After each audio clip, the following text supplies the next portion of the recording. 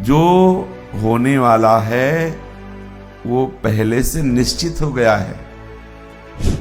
अगर कोई उस राय घटे और तिल बढ़े के सिद्धांत को काट सकता है तो वह पुण्य अलग बैंक है, पाप अलग बैंक है, वो जमा हो रहा है। यदि आप चाहेंगे, जैसे कोई आपको भोगना ही पड़ेगा, तो आप निश्चिंत रहना भगवद आश्रय बल से जो होने वाला है वही होगा। इसको तुम बदल नहीं सकते हो, तुम नहीं बदल सकते हो। जो होने वाला है वो पहले से निश्चित हो गया है।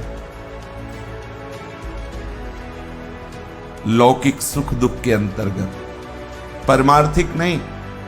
यहां ध्यान देना, जो होने वाला है वो पहले से निश्चित हो चुका है। रहुरे जीव निसंक, जो विधना ने लिख दियो सठी राव के हन, राई घटे न तिल बढ़े, रहुरे जीव निशंक। अभी पीछे चर्चा सुनी, असुर अपनी माया के द्वारा तीनों कालों को जानते थे। ऐसे भी जैसे दैवी विद्या, ऐसे आसुरी विद्या भी है, उससे वो जानते। संबरासुर जान गया कि हमारी मृत्यु का कारण श्री कृष्ण पुत्र प्रद्युम्न है। उसने भावी को मिटाने का पूरा प्रयास किया। आपने चरित्र पूरा सुना, क्या वो मिटा पाया? वहीं पहुंच गए प्रद्युम्न जी, वहीं पहुंच गए, उसके घर ही पहुंच गए। फेंका समुद्र में, कैसे पहुंच गए और उसका विनाश कर दिया। राई घटे न तिल बढ़े, रहुरे जीव निशंक। हम इस बात पर निश्चिंत हो जाएं। अगर कोई उस राय घटे और तिल बढ़े के सिद्धांत को काट सकता है तो वह हरि चरणों का आश्रय, दूसरा नहीं। और वो हमने ले लिया। अब हम उधर की चिंता क्या करें? जो होना है वो निश्चित हो चुका है। एक बात निश्चित नहीं है, भगवत प्राप्ति। ये किसी पुण्य प्रारब्ध से, पूर्व प्रारब्ध से, सुकृतों के द्वारा नहीं होती कि पीछे सुकृत किए तो अब हमारे प्रारब्ध में है भगवत प्राप्ति। अब हम जो चाहें करें, प्रारब्ध में भगवत प्राप्ति है तो हो ही जाएगी। ऐसा जैसे इस समय वर्तमान में हम सत्कर्म कर रहे हैं, इसका परिणाम है आनंद, सुख, लेकिन भोग रहे हैं दुख। क्यों? क्योंकि हमारे प्रारब्ध में पूर्व में कोई ऐसे पाप हो जाते हैं, जाने में अनजाने में, जो भी जैसा। आज ज्ञान का विकास हुआ है, कल तो नहीं था ना। हो सकता है कल कोई ऐसा पाप हो गया हो, वो परिणाम देने के लिए आज जब प्रकट हुआ तो प्रारब्ध वही है और वो दंड दे रहा है। आज जो पाप कर रहे हैं हम और सुखी हैं, तो कल जो पुण्य हमारा आज का प्रारब्ध बन गया है वो वर्ताव में आ गया, तो हमें लग रहा है जो हम पाप कर रहे हैं इसका फल दंड नहीं मिल रहा। तो बड़ा रोज नई नई उन्नति, नया नया लाभ, वो अज्ञानी जान नहीं रहा कि पीछे के सुकृतों के बल से हो रहा। पर इस सिद्धांत से भगवत प्राप्ति नहीं होती। ना चाहने पर भी, हम कोई चाह नहीं कर रहे, कोई मांग नहीं रहे हैं, फिर भी दुख आ रहा है। क्यों? क्योंकि हमारे प्रारब्ध में। ऐसे ना चाहने पर भी, कोई प्रयास ना करने पर भी, पूर्वकृत जो सुकृत है उसका फल सुख आ जाएगा, लेकिन भगवत प्राप्ति नहीं आएगी। कि भाई अपने आप प्रारब्ध, हम भजन करें न करें भगवत प्राप्ति तो हो जाएगी क्योंकि हमारे प्रारब्ध में, हमारे भाग्य में।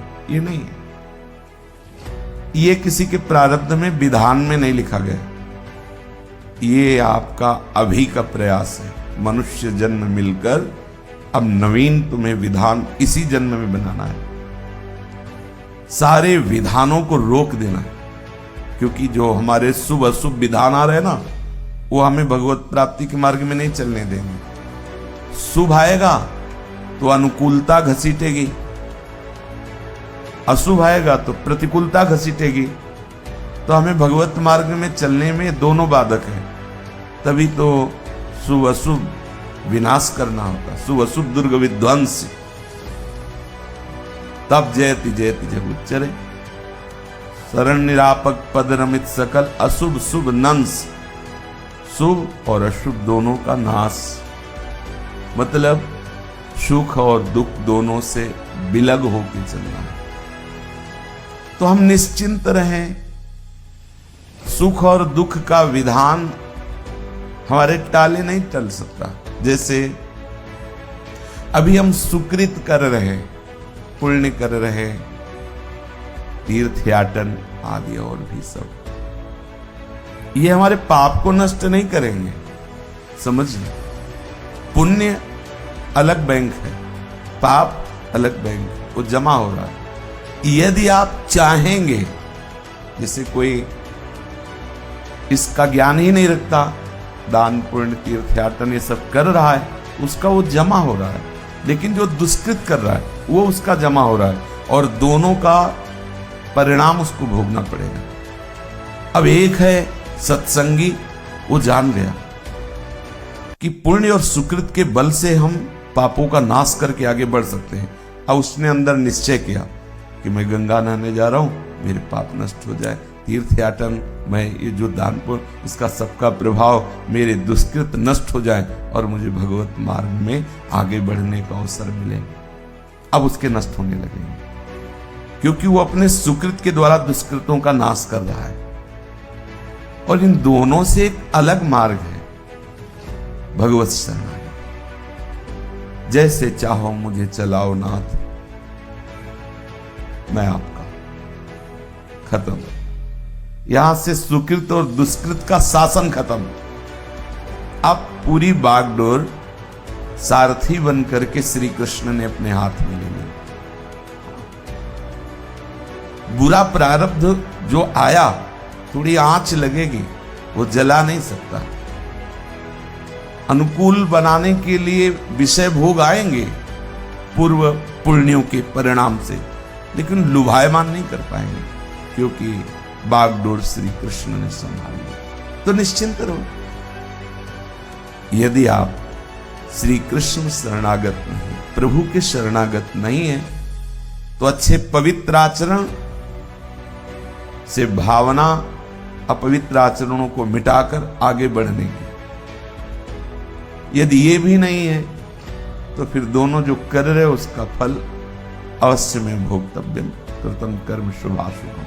ये आपको सत्संग के द्वारा निश्चय करना होगा कि आप किस मार्ग के पथिक हैं। केवल वाणी से कह देने से बात नहीं बनती, अंदर से आपको चलना होगा, स्वीकृति करनी होगी। एक मार्ग शुभ अशुभ कर्मों का, वो स्वाभाविक आपको भोगना ही पड़ेगा। दूसरा मार्ग शुभ कर्मों के द्वारा अशुभ कर्मों का नाश करके, फिर वो जब आप शुभ में स्थित हो जाएंगे तो शुभ का त्याग हो जाएगा। और सर्वोत्तम मार्ग भगवद आश्रित, इसमें हमें कुछ करना नहीं होता। शुभ शुभ के विषय में ये इतने में समर्थ है, शरणागति में इतना प्रभाव है इसमें कि शुभ अशुभ को ढकेल करके उपासक को महाआनंद की तरफ ले जाती। नहीं, ये कर्म बंधन ऐसे नहीं है। देखो, पूज्य श्री राधा बाबा प्रभु को प्रीतम रूप से प्राप्त करने के लिए त्रिपुर सुंदरी भगवती की आराधना, उस स्थिति में भी अशुभ ने बाधा पहुंचा दी। खड़ाऊ फिसली, बाबा गिरे, अंग टूटा। क्या हुआ? अशुभ ने आखिरी जोर लगा दिया, नहीं मिलने दी। अशुभ का कार्य होता है बाधा पहुंचाना, पर क्या भगवत मार्ग के पथिक को कोई बाधा रोक सकती है? क्या रुका? बाबा का आराधन पथ रुका नहीं। आगे बढ़, उसे परास्त कर दिया, प्रारब्ध को परास्त कर दिया। देखो, इस भगवत प्राप्ति के मार्ग में प्रलोभनों से बचना है, दुख से बचना है, और ये निश्चय डट के कर लेना है कि आप नहीं हटने वाले। अगर हमारे पैर काट दिए जाएंगे तो पड़े पड़े मैं यही राह देखूंगा कि प्रभु अब मैं चल नहीं सकता, तुम आ जाओ, हे करुणा में प्रिया प्रीतम तुम आ जाओ। दूसरी बात नहीं करेंगे कि हमारे पैर ठीक कर दो, हमारी पीड़ा मिटा दो, ये बात नहीं कहेंगे। यही कहेंगे कि दौड़ लगाई पर पहुंच नहीं पाए नाथ, अब आप आ जाओ। ये इस मार्ग का ये स्वरूप है। तो आप निश्चिंत रहना, भगवद आश्रय बल से जो होने वाला है वही होगा। इसको तुम बदल नहीं सकते हो, तुम नहीं बदल सकते हो। जो होने वाला है वो किसी के भी तारे तर नहीं सकता। बोले कैसे? बोले देखो, बड़ी सावधानी रखी गई थी कि अमृत असुरों को एक को भी न मिलने पाए। ये प्रभु ने इशारों के द्वारा, संकेत के द्वारा निर्देश कर दिया, क्योंकि वहां दोनों इशारे से कहा कि विपरीत दिशा को पंक्ति लगाकर बैठो और मैं स्वतंत्र हूं जब मोहिनी रूप में, और अमृत का कलश हाथ में लिए खड़े हैं दैत्य पक्ष में। अब देवताओं को इशारा कर रहे हैं। दैत्य तो उनकी लजीली चितवन मुस्कान इसी में बिक गए हैं, और देवता जान रहे मेरे हित के लिए मेरे प्राणनाथ प्रभु श्री हरि ने ये ऐसी लीला करके रूप धारण किया, इसलिए वो लुभायमान नहीं थे। देवता लुभायमान नहीं, ये स्वांग कर रहे हैं मोहिनी रूप धारण करके मेरे प्रभु मुझे अमृत पिलाने के लिए। प्रभु ने इशारा किया कि सावधानी रखना। इतनी सावधानी देवताओं ने रखी, पर मध्य में राहु आके चुपचाप, राहु ने देखा कि कलश तो उल्टा होता जा रहा है, और ये कह रहे थे कि हमें टोकना नहीं, और हम लोगों के साथ तो छल हो रहा है, हमें तो बूंद नहीं मिलेगा। तो बीच में ऐसे सब पीने के उसमें थे, वो बीच में आके, इधर सूर्य इधर चंद्र, बीच में आके, और वो प्रभु ऐसे देख रहे तो प्रवाह में वैसे चला जा रहा था, गिरता हो वैसे। सूर्य चंद्र ने कहा प्रभु राहु, तत्काल सुदर्शन से तत्काल, पर वो यहां तक पहुंच चुका था। तो बोले देखो भाभी, अब वो अमर हो गया ना। आज भी कहां राहु और कहां सूर्य चंद्र, लेकिन आज भी ग्रहण पड़ता है, कोई रोक नहीं पाए। वो वैर मान करके ग्रहण पड़ता है। बोले भाभी को कैसे कोई मेट सकता है? दूसरी बात कह रहे हैं, कोई जोग लगन में कमी हो गई थी, इसीलिए ये भारी विपत्ति आ रही। वो त्रिकालज्ञ उपरोहित श्री वशिष्ठ जी महाराज बहुत शोध करके लगन रखी। त्रिकालज्ञ वर्तमान भूत भविष्य तीनों के ज्ञाता हैं। दशरथ जी ने उपरोहित पद पर उनका वर्ण किया है। वशिष्ठ जैसा उपरोहित, विचार में कोई कमी नहीं, खूब रच के लगन ग्रह नक्षत्रवार तिथि सब संयोग बैठाया। क्या हुआ? महाराज दशरथ का मरण हुआ। हेतु क्या हुआ? प्रभु का वनवास। अरे ब्याह होने के बाद तो बहुत आनंदमय जीवन कटना चाहिए, लगन शोध करके त्रिकालज्ञ उपरोहित के द्वारा, वही हेतु बना। जुगल सरकार को देख करके दशरथ जी का हृदय आनंद में भर गया। बस हमारे जीवन का परम लाभ हो गया। अब हमारे राजपद पर, चक्रवर्ती सम्राट पर हमारे बड़े पुत्र राम अभिषिक्त किए जाए, यही हमारी इच्छा है। भावी ने ऐसा उल्टा खेल खेल दिया, महाराज को इसी वियोग में पधारना पड़ा। प्रभु के बिना वो जी नहीं सके। धन्य है उनका प्रेम। बन्नो वध भुआल सत्य प्रेम जहि राम सो, बिछुरत दीन दयाल तन तृण यू परिहरे। तिनके के समान शरीर को छोड़ दिया। ऐसे त्रिकालज्ञ सर्व सामर्थ्यशाली महामुनि वशिष्ठ जी के होते हुए भी ये घटना नहीं टली। प्रभु वनवास बड़ा कष्टप्रद। हम भगवत्ता पर नहीं, उनकी लीला पर दृष्टि डालते हैं। चक्रवर्ती सम्राट के उस महासुखमय भवन में दशरथ जी ऐसे प्रतापी महापुरुष थे, भगवान उनके पुत्र हुए, इससे बढ़कर तो कोई प्रताप है ही नहीं। जाकर नाम सुनत शुभ होई, मोरे गृह आवा प्रभु सोई।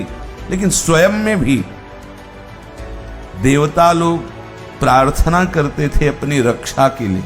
ऐसे बाहुबल, सुकृत बल और ज्ञान बल में प्रवीण महाराज दशरथ जी थे।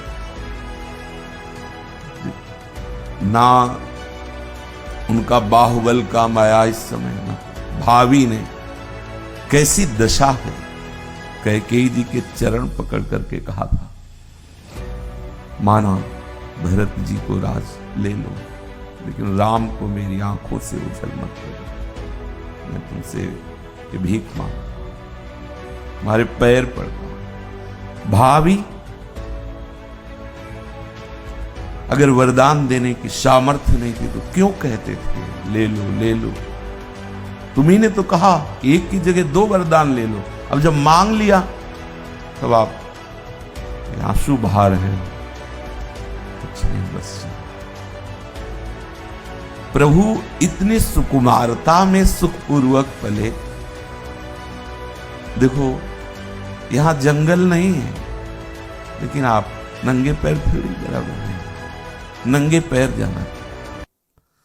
तापस वेश विशेष उदासी, 14 वर्ष राम वनवास। बड़ा कष्टप्रद घोर जंगलों में, जहां कंकड़ काटे, जंगली जीव, असुविधा ही असुविधा, विशेष उदासी। किसी भी परिस्थिति में नगर का आश्रय न लिया जाए। शर्त है तापस वेश विशेष उदासी। कोई भी ग्रामीण सुख, गृहस्थ सुख न भोगा जाए। तपस्वी का वेश हो और वनवास ही हो। प्रभु अक्षरशः पालन किया, अक्षरशः मर्यादा पुरुषोत्तम।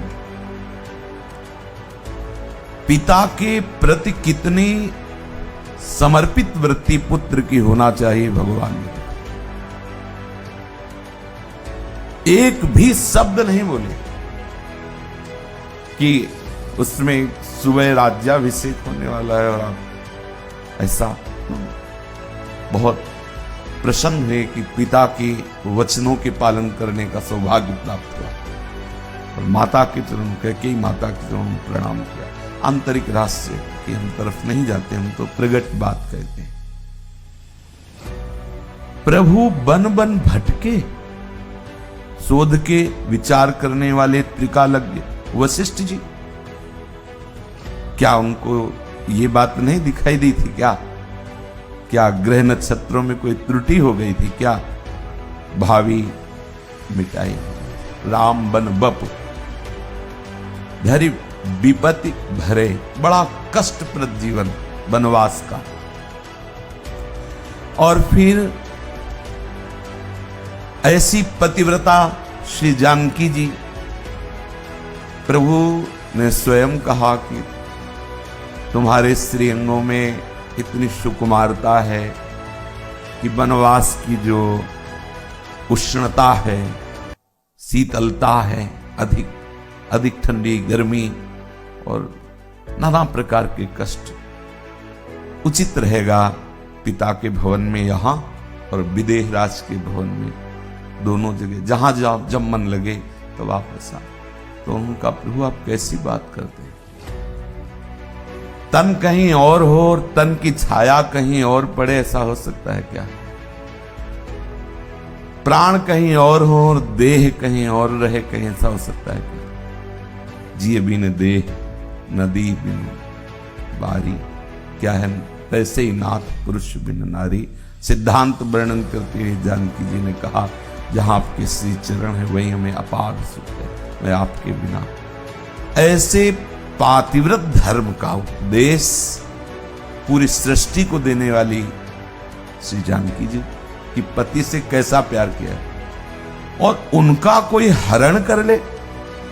आश्चर्य की बात, कोई लगन ग्रह नक्षत्र में कोई त्रुटि हुई थी क्या?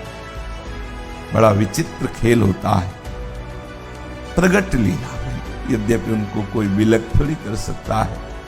गिरा अरथ जल बीच सम कहियत भिन्न न भिन्न, बंदों सीताराम पद, ये अलग नहीं हो सकता। जैसे शब्द और उसका अर्थ अलग नहीं हो सकता, जैसे जल और उसकी तरंग अलग नहीं कही जा सकती, ऐसे प्रभु और प्रियाजू अलग अलग नहीं।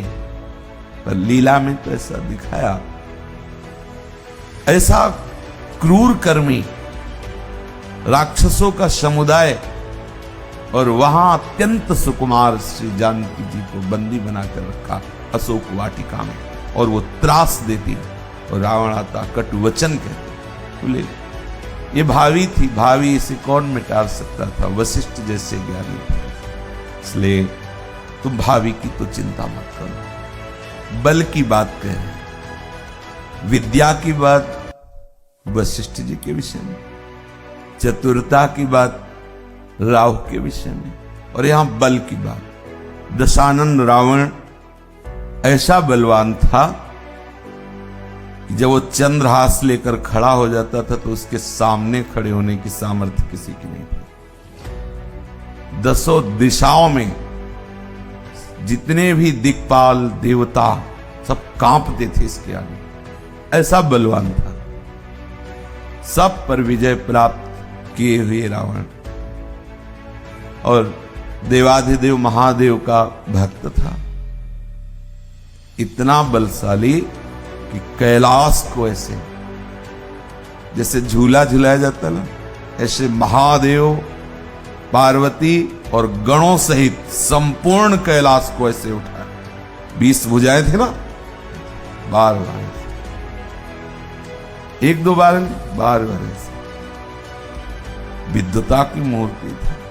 आज भी जब कभी भगवान शिव का स्तवन होता है, उसके द्वारा गाया हुआ तांडव गाया जाता है। जटाटवी गलत ज्वल प्रवाह पावितस्थले गले लंब लंबिताम भुजंग तुंग मालिकाम डमट डमट डमन निनाद वड्डमर वयम चकार चंद्र तांडवम तनोतु न शिवा शिवम जटाकटाह संभ्रमम भ्रमण निलंप निर्झरी विलोलवी चिवल्लरी विराजमान मूर्धनि धगत धगत धगत ज्वल ललाट पट्ट पावके किशोर चंद्र शेखरे रति प्रतिक्षणम मम धराधरेन्द्र नंदन। ये उसका ऐसा विद्वान,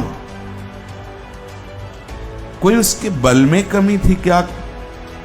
लेकिन भावी ने ऐसा किया कि बंदर लात मारते थे खोपड़ी, क्योंकि कई बार प्रभु ने काटा था ना, तो 10-10 कई बार कटे तो काफी थे, तो जैसे फुटबॉल नहीं ऐसे ही बंदर खेल। क्या हुआ? इतना बलवान था। एक शक्ति आई सामने, उस कौन हो तुम? मृत्यु। उल्टा टांग दिया कुएं में बांध के, उल्टा। कोई ऐसा नहीं था जो कांपे ना उससे। शनिचर भी उल्टा ही बंधे हुए थे उनके। वैसे मूल में तो भगवत पार्षद है, लीला के लिए अवतरित हुआ है, दिखाया। इतना गोस्वामी जी ने लिखा, चलत दशानन डोलत अवनी। पृथ्वी कांपती थी जब वो चलता था। मंदोदरी अंतिम समय विलाप कर रहे, राम विमुख असहाल तुम्हारा, रहा न को कुल रोवन। कोई अब हमारा साथ देने वाला नहीं कि रोने का साथ, कोई दीपक जलाने वाला नहीं। कोई पानी देने वाला नहीं। ये तो को विभीषण जी भगवान की शरण में आ गए।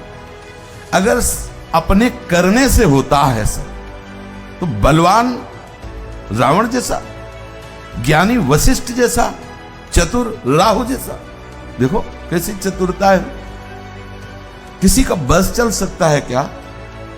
आगे वर्णन करते हैं श्री सूरदास जी कह रहे हैं, श्री अर्जुन जी को कितना प्रभु श्री कृष्ण प्यार करते हैं। कोई अर्जुन जैसा भी भक्त होगा क्या? जैसे कोई ये कहे कि इनके भजन में कोई त्रुटि रह गई होगी तभी तो इनको संकट विपत्ति घेरते हैं। भगवान का भजन करने वालों को कोई संकट नहीं, कोई रोग नहीं, वो हर समय स्वस्थ रहते, खूब खाने पीने को चक, खूब ऐसा आप ना समझो। शरीर पक्ष से भक्ति का आकलन नहीं किया जा सकता। शरीर पक्ष से अर्जुन जी के भजन के विषय में कोई होड़ नहीं कर सकता। रोम रोम से कृष्ण निकलता था, रोम रोम से। बलिहारी है, ऐसा नहीं कि वो किसी अवतार पक्ष की बात हो, ऐसी उनकी स्वयं की भक्ति थी कि अगर वो सोते थे तो जैसे अपने श्वास में खर्राटे नहीं निकलते, ऐसे उनके रोम रोम से कृष्ण कृष्ण कृष्ण कृष्ण श्री कृष्ण कृष्ण आभा छाई रहती थी। जहां सोते थे ना, गूंजता था कृष्ण नाम, कृष्ण तेज छाया रहता था। ऐसे महाभागवत श्री अर्जुन जी, जिनके सारथी श्री कृष्ण हुए। मतलब इस कहने को तो कह दिया गया, लेकिन सारथी पद पे प्रभु बड़ा आश्चर्य और बड़ा दुलार और बहुत विश्वास की बात। ऐसा नहीं कि प्रभु केवल अर्जुन जी के सारथी थे, आपके भी सारथी हैं। आप मान लो उनको ना, आप उनको मान लो। आप बुद्धि को सारथी बनाए हुए हैं, मन को सारथी बनाए हुए हैं, वासनाओं को सारथी हमें कौन हाँ करा है हमारे जीवन रथ को? वासना, वासना इधर चलो, इधर भटका रही वासना। कब तक भटकते रहोगे? प्रभु को सारथी आप कैसे मानेंगे? जब प्रभु की आज्ञा में चलने लगेंगे तो आपका मानना हुआ कि प्रभु हमारे सारथी हैं। जो आज्ञा प्रभु की, फिर प्रभु आपके सारथी बन जाएंगे। फिर जो आप इच्छा करोगे वहीं पहुंचा देंगे आपको। दो पंक्ति, जो ही प्यारो करे सोई मोहि भावे, भावे मोहि सोई सोई करे। अब बन गए सारथी। अब तो जो इच्छा करोगे, हे केशव मेरा रथ उनके समीप ले चलो, केशव ले गए, वहीं खड़ा कर दो। अपने आप को पहले आप समर्पित करो, तब उसी समर्पण का फल होता है श्री कृष्ण आपकी बागडोर पकड़ लिए। और जिसकी श्री कृष्ण बागडोर पकड़ ली, विजय श्री उसके चरण चूमते हैं। प्रभु से विमुख होकर के कहीं कोई शांत आनंद विजय ऐसा नहीं। अब आप विचार करके देखो, क्या इनके ऊपर भी भावी का प्रभाव हो सकता है क्या? जिनके मित्र, जिनके प्राणधन सारथी पद पर प्रभु, कैसे आश्चर्य की बात। उनको भी कोई विपत्ति? बोले हाँ विपत्ति है। देखो कल की चर्चा में था, भारी विपत्ति। पूरे महल को ऐसे द्रवित पदार्थों से, ज्वलंतशील पदार्थों से बनाया गया था। भस्म होने से प्रभु ने ही तो बचाया। और वहां से फिर वो जंगल में निकले। कितने संकट, कितने संकट। चलो फिर इसके बाद वहां से जब वो वापस आते हैं तो द्वीत कीड़ा में फंसा दिया जाता है। फिर उनको 12 वर्ष का वनवास, 1 वर्ष का अज्ञातवास। कितनी कठिन बात है। वनवास तो चलो कठिनता से, अज्ञातवास। इन पहाड़ को कहां छुपाया जाए? भीम त्रिभुवन में मतलब एक अलग ही स्वरूप है, अलग ही चाल है, अलग ही। कैसे छुपाया जाए अर्जुन की वो गांडीव को चलाने वाली भुजाओं को? कैसे छुपाया जाए युधिष्ठिर के उस दुस्साह तेज को, धर्मराज का स्वरूप कैसे छुपाया जाए। बड़ी मुश्किल से विराट नगर में कितना कष्ट सहते हैं उन्होंने ऐसा। अब आप विचार करो, ऐसे सामर्थ्यशाली महापुरुषों के सामने ही उनकी अर्धांगिनी को निर्वस्त्र करने का प्रयास किया जा रहा है। द्रौपदी का सभा में चीर, ऐसा तो कहीं असंभव है कि इतने इतने धर्मात्माओं की सभा में एक ऐसी महान पतिव्रता धर्मज्ञ को इस तरह की व्यवहार में उनको सभा में जांग ठोक करके दुर्योधन कर निर्वस्त्र करो, बैठा लो हमारी जंगा। द्रौपदी किसी स्त्री पुरुष के संयोग से प्रकट हुई नहीं, मंत्र से प्रकट हुई, यज्ञ से है। आहुति दी जाती है और उस यज्ञ से, अग्नि से प्रकट हुई है। देखो उनको भी सोचो कितना कष्ट का विषय, ऐसे महारथी अतिरथी वीर बैठे हुए उनके पति, ऐसे भीष्म द्रोणाचार्य जैसे बड़े बड़े धर्मात्मा महात्मा बैठे हुए हैं और उस सभा में आदेश हो रहा है और बड़े बड़े कड़वे शब्द बोले जाते हैं। पांचाली द्रौपदी को वो शब्द बड़े निंदनीय है जो कर्ण बोलता है। दुर्योधन के बैठा लो हमारे, ऐसे कैसे उपहास होता है। और वो सर नीचा किए बैठे, बोले देखो भावी कितनी प्रबल है इन महारथियों की, जिनके सहयोगी भगवान श्री कृष्ण, मित्र भगवान श्री कृष्ण है, उनको कैसी विपत्ति, भारी विपत्ति। बहुत यश विख्यात हुआ दानियों में शिरोमणि, कभी कोई उनके सामने से ना शब्द नहीं सुना। कोई गया महाराज अमुक अमुक, हाँ ही हुआ है। इसलिए हरिश्चंद्र का नाम सत्यवादी दानियों में हुआ। एक बार जो वचन कह दिया पीछे लौटे नहीं। भावी उनके जीवन में भी आ जाए। आप सत्य निष्ठा से चलेंगे तो ये लीलाएं होनी ही होनी। भगवान के तप बल से संपन्न विश्वामित्र जी देखते हैं, उनका बड़ा यश था हरिश्चंद्र, देखते हैं तुम कैसे दानी। एक माया से वाराह प्रकट किया और उनकी बड़ी सुंदर उपवन वाटिका को विध्वंस करने लगा। जो सैनिक थे वाराह ने उनको परास्त कर दिया। ये सूचना हरिश्चंद्र जी को मिली तो वीर बहादुर भी थे, राजा कोई साधारण थोड़ी होते। वो वहां आए, देखा कोई वाटिका नहीं उजड़ी है कोई, वो तो माया के द्वारा उन्होंने ऐसा रचा था। विश्वामित्र जी बैठे, देख करके प्रणाम किया, हाथ जोड़ा, क्या आज्ञा है? वो सुना है तुम बहुत बड़े दानी हो।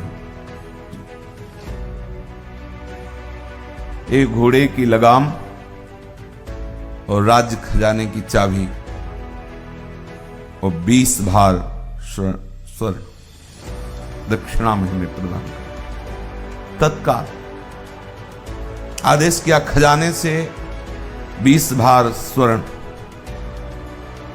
क्या बोल रहे? संपूर्ण खजाना मेरा और जहां तक तुम्हारे घोड़े की टाप वो राज्य मेरा। सुना था तुम सत्यवादी और परम दानी हो, फिर कैसे तुम हमारे खजाने पर आदेश कर सकते हो कि 20 भार स्वर्ण ला कर दिया जाए? एकदम हाँ। फिर भी ये तो आप लीजिए और वो स्वर्ण राशि हम देते हैं। पत्नी, पुत्र रोहित और स्वयं बाजार में बिकने के लिए तैयार है। अपने राज्य में तो कोई खरीद नहीं सकता, उनको सम्राट है, कौन की बोली लगाए? काशी में जाकर बिके, क्योंकि काशी केवल महादेव की लग रही, वहां किसी राजा महाराजा का अधिकार नहीं, वो तो भगवान शिव का अधिकार है। वहां साधारण वेश में केवल दक्षिणा देने के लिए बिके। ये केवल कथा नहीं, सत्य विषय है। और आप सोचो कितना भारी विषय, सब कुछ छीन लिया और इसके बाद दक्षिणा के लिए उनको बिकना पड़ रहा है। महादेव जी ने कहा जब हमारी नगरी में आए हैं इनको कोई दूसरा कैसे, ब्राह्मणी के रूप में अंबा जी गई, तो कहा हमें एक दासी की जरूरत है, जितना तुमको अर्थ दे देंगे। और उनकी पत्नी को कुंवर सहित ले लिया और महादेव जी वहां स्मशान पर विचरण करने वाले हैं, तो स्मशान की रखवाली करने वाले का रूप रख करके गए और बोले हम तुम्हें खरीदते, तुम्हें स्मशान की रखवाली करना होगा और वहां आए हुए मुर्दों का कर लेना होगा, ये हमारी आज्ञा है। अब भावी प्रगट की और जैसे ना चूड़ी कसते जाओ, एक सर्प ने रोहित कुंवर को डस लिया और वो पधार गए। कितनी विपत्ति। अब अपने पुत्र को लेकर के शमशान जाते, खड़े हो गए, उनका नहीं, बिना कर लिए हम इसका दाह संस्कार नहीं होने देंगे। तो कहा स्वामी आप देखिए तो आपके ही सत्य के कारण मैं बिकी हूं और हमें खरीदा गया है, हमारे पास कुछ नहीं, मैं बिकी हुई हूं। शरीर पर जो एक वस्त्र है वो भी खरीदने वाले का है, अब हमारे पास क्या, एक पुत्र है वो भी पधार गया है, आप भी बिके हुए हो, तो आप अपने स्वामी की आज्ञा का पालन तो कर रहे हो, पर जान भी तो रहे हो ना कि हम आपके लिए कुछ नहीं सुनने वाले। यदि कर नहीं तो 100 को उठाइए और यहां से चली जाइए। स्मशान में संस्कार तभी होगा जब आप उसका कर दें। कितना कर? बोले ये तुम्हारे लिए छूट, तुम जो भी चाहो कर के रूप में दे सकते हो। उन्हें आधा वस्त्र जो पहने हुए थी सत्य से रह गए। उसी समय महादेव, अंबा, विश्वामित्र जी सब प्रकट हो गए। कहा धन्य है सत्यवादी, तुम्हारा जैसा यश है वैसी तुम्हारी आंतरिक निष्ठा भी है। भावी किसी को बख्शती